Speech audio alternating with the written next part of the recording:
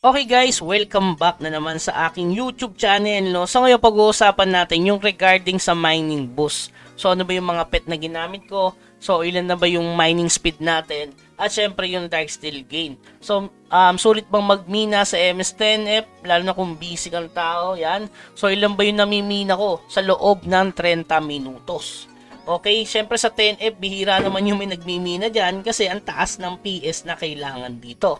So, almost 208 na PS ang kailangan dyan, guys. Mahirap yon.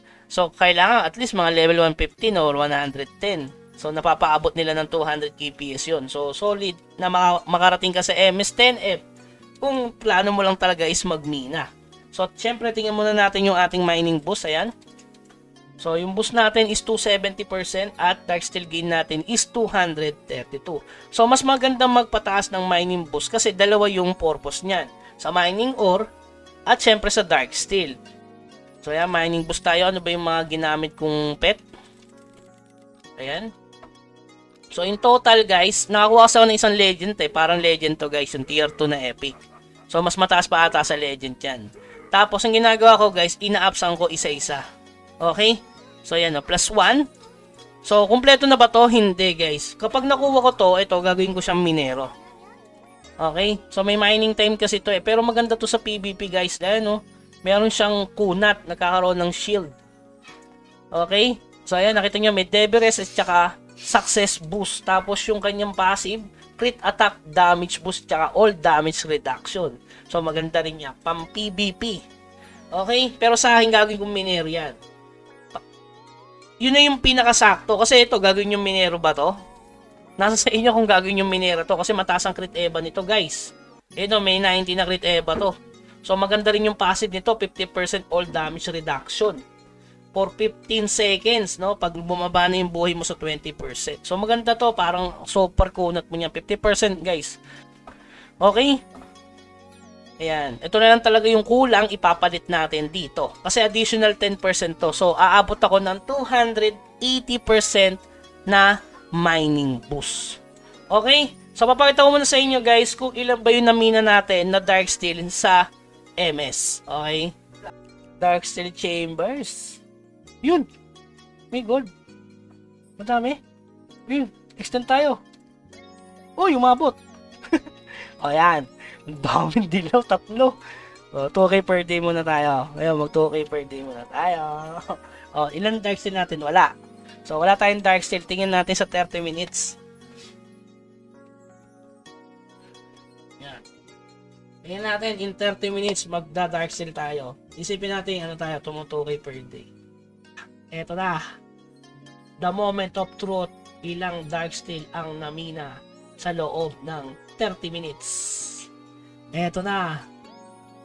The moment of truth. Tapos nag-brown out, no? Eto na. 9, 8, 7, 6, 5, 4. Ting! 405k. Uy, 40, no? Sabi nung isa, oh. Malapit. 405 lang. So, in 30 minutes, 405 lang. Baba. Hindi siya worth it. Hindi worth it yung 30 minutes mo sa 405k DS. Worth it ba, guys?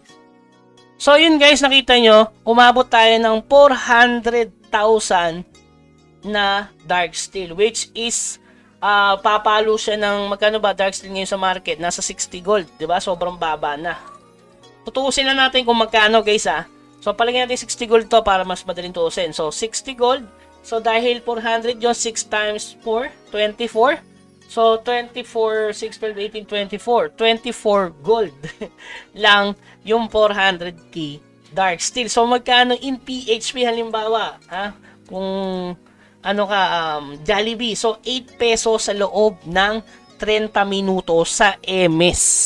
So, ibig sabihin, kung 3 MS, meron kang 8, 16, 24 pesos sa isa't kalahating oras. Kapag nagmina ka lang, guys. Okay, kapag nagmina. So, sulit ba yun, Kuya Bugs? Sulit yun kasi in a way na hindi ka mapapagod. Compare dun sa nagpa-farm na ginagawa ko sa live stream sa MS na nakaka-1,000 glittering tayo. So, tingnan natin kung magkano yung glittering sa market. So, ganyan yung pagtutus ko at pagbabalance kung lugi ba ako sa ginagawa ko or hindi. Lalo na sa mga portal. Okay guys, sa mga portals, ang daming portals. Yung sa SP, di ba? Ubusin mo ba yung oras mo dyan? Sa domination. Ayan, tingnan natin yung ating glittering. Kung magkano na ba sa market. Alam ko 0.19 eh. So, 0.18. O, dito, kitang-kita nyo na nakaka-1,000 tayong glittering sa isang 30 minutes. Okay? So, nakaka-3,000 tayo sa isa't kalahating oras. So, 180 gold compare sa 24 gold lang na nagmimina. So, doon pa lang medyo lugi na. At saka, hindi lang naman glittering ang napupulot doon, guys. Materials, madami. Panoorin nyo yung live stream ko. Kita nyo naman doon, every 30 minutes, nakakakota tayo ng 1,000 glittering. Minsan, pag mala, 700, pinakamababa. Okay? Siyempre, meron yung mamimina ka doon ng mga rare. Marami talaga mapupulot kapag nag-grind ka sa MS. Para sa akin, kung AFK ka lang, trip mo AFK, goods na mo magmina sa halagang 24 gold sa 30 minutes. So, kung ibebenta mo 8 pesos every 30 minutes, kung regarding naman sa 2K per day is real. Okay, so kung marami kang karakter na sabay-sabay nagmimina, na ganito kabilis yung mining boss, mamimit mo rin naman yung 2K per day kung marami kang account. Kasi marami namang gumagawa niyan, guys. Okay? Maraming gumagawa ng bumibili ng high level na mataas ng mining boost. Kita niya naman niya sa Facebook page. Buying miner account. Buying miner account. Kaliwat kanan, di ba? Okay, diskarte lang talaga yung kailangan. Since ano tayo, nagpo-progress tayo, kita nyo naman, kanina naka almost 700 gold ako today. So, binili ko na lang ng Dark Steel. So, 20 million na yung Dark Steel natin. Kahapon, nasa 12M lang to. Ngayon, naka 20 million na. So, ibig sabihin, halos kaya kong kumita ng 10 million Dark Steel in a day lang, guys. Sa pamamagitan ng ginagawa nating grinding. Guys, naka-AFK lang to maghapon tapos nagla-livestream naman tayo. Nakikita nyo kung magkano yung binebend natin na nabenta na lahat sa market. Ayan, papakita sa inyo na yung binend ko kagabi na mga nadagdag dito. Hindi ito hindi including to. Matagal na to nakabenta eh. Yung mga materials ng kagabi. Ito, nabenta na siya ngayon. So, 100, 136, 11, 15. Ano pa ba nabenta? Ito, 20. Ito pa nabenta guys. So, 38, 22. Ayan, ang dami siya nabenta. 18, 46. Ayan. So, almost 700 gold ba to? 1, 236. Ayan. 300. Nasa 400 plus na gold agad. So, 100 pesos na agad yun. Kung sa Chicken Joy. Na binili ko naman ng Dark Steel. Okay? So, yun lamang guys. Sana nakakuha kayo ng idea dyan. Kung ano ba yung mas sulit sa dalawa. Sulit naman pareho eh. Wala namang hindi sulit dyan. Basta nakaka-grind ka, goods na yun. Pero lamang talaga ang farming sa MS8.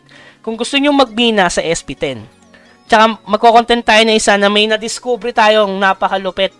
Bakit hindi ko siya ginagawa? No? Tumaas yung rate ng energy sa SP. Napansin nyo ba yun guys? So, gagawa tayo ng bagong content regarding sa mga respawn since nire-request nyo guys. So, abangan nyo na lang. Okay, so yun lamang guys. Huwag kalimutan mag-subscribe sa ating channel. Bukas na yung Amazing Cultivation. So, i-content natin yan. Okay, mag-alala guys. Yung Nitro, abangan natin kung sabay-sabay tayo. January 11. Ano ba yung abangan natin? God Door.